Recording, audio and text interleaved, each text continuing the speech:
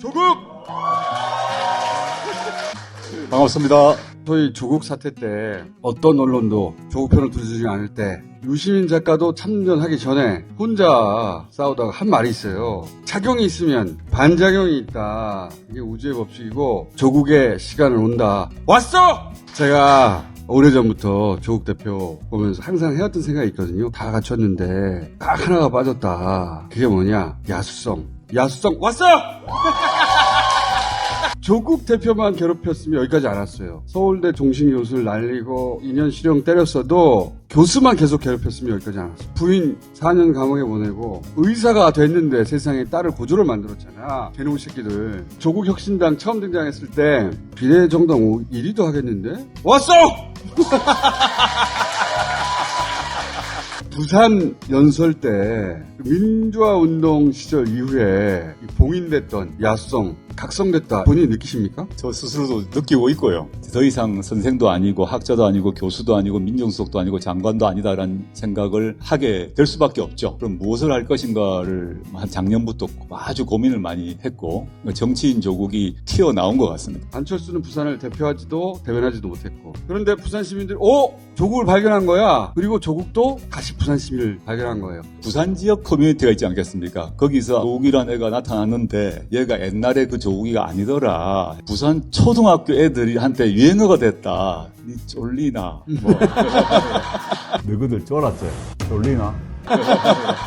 치아라마 이런 것들이 초등학생들끼리 그 유행어가 됐다고. 왔어. 안철수 의원님은 부산 사람 관점에서는 좀 부산 사람 같지 않은 느낌은 좀 주세요. 저도 마찬가지였을 겁니다. 표현도 또박또박 말하려고 노력하는 편이라서 그랬을 건데 이번 서면 연설 계기로 20대 청년 시절에 제가 재수 안 되고 이런 걸 좀 느꼈고 이제 진짜 정치인이 됐구나라고 인정을 받는 그런 느낌이었습니다. 조국 혁신당이 왜 태풍이 됐다고 생각하십니까? 이 정도처럼 뜨겁게 열기가 올라올 거라고는 생각을 전혀 못했습니다. 이유를 생각해 보니까 초기에는 시민들이 대부분 첫 반응이 고생했다, 어떻게 견뎠냐, 사라져서 고맙다, 우는 분도 계셨습니다. 초기에는 저에 대한 연민, 측은지심 이런 것들이 강했습니다. 근데 제가 이제 대중연설도 하고 기자회견도 하고 메시지를 던지고 하고 난 뒤에 다시 만나러 갔더니 그때 시민들의 반응은 내가 겁이 나서 말을 못하고 있는 게 있었는데 내 마음속 말을 대신해줘서 너무 고맙다. 너무 기분 좋다. 지난 2년간 너무 힘들었는데 당신이 내 속을 대변해주는 것 같아. 두 가지가 섞여 있으면서 복합적 작용을 하면서 여기까지 온 것 같습니다. 반만 맞아요. 출발은 측은지심 맞죠. 처음엔 조국신당 나왔을 때 두석 세석 얘기할 때 제가 측은지심이라는 게 아주 깊은 감정이기 때문에 잠깐 올라왔다 사라질 것이다 이런 말을 하던데 사라지지 않습니다. 그런데 측은지심만 가지고는 절대 여기까지 못 와요. 측은지심 가지고 보다가 어느 날 보다 보니까 멋있어 씨발 왔어.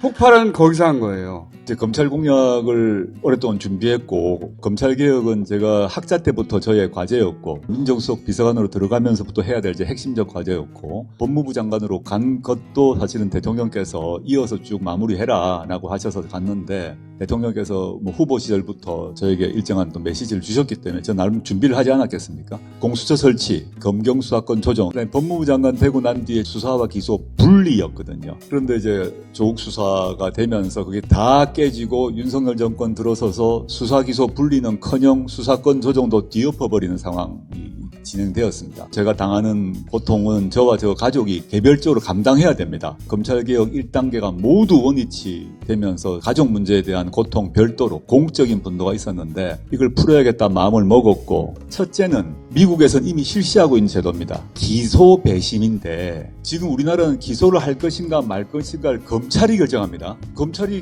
기소 안 해버리면 처벌이 안 돼요. 아무리 김건희 씨 공범들이 처벌되었고 김건희, 최은순이 얻은 수익이 23억이라고 돼 있어도 확인이 되어도 검찰이 기소를 안 하면 유죄 판결이 안 납니다. 그런데 김혜경 여사 같은 경우는 법인카드로 7만 5천 원 썼다고 바로 기소해가지고 선거 직전에 법정에 세웁니다. 이건 안 되겠다. 그래서 미국 같은 경우는 중대범죄의 경우 기소할 것인가 말 것인가를 검사가 결정하는 것이 아니라 배심은 우리 시민이 결정합니다. 이 기소 배심은 검찰의 기소권에 대한 국민적 통제입니다. 두 번째는 검사장 직선제인데 이것도 미국에서 다 오랫동안 실시하고 있습니다. 평검사들, 부장검사는 시험치고 승진해서 올라가지만 그들에 대한 인사권을 가진 검사장, 서울중앙지검장, 부산지검장, 광주지검장은 지방선거할 때 직선으로 뽑습니다.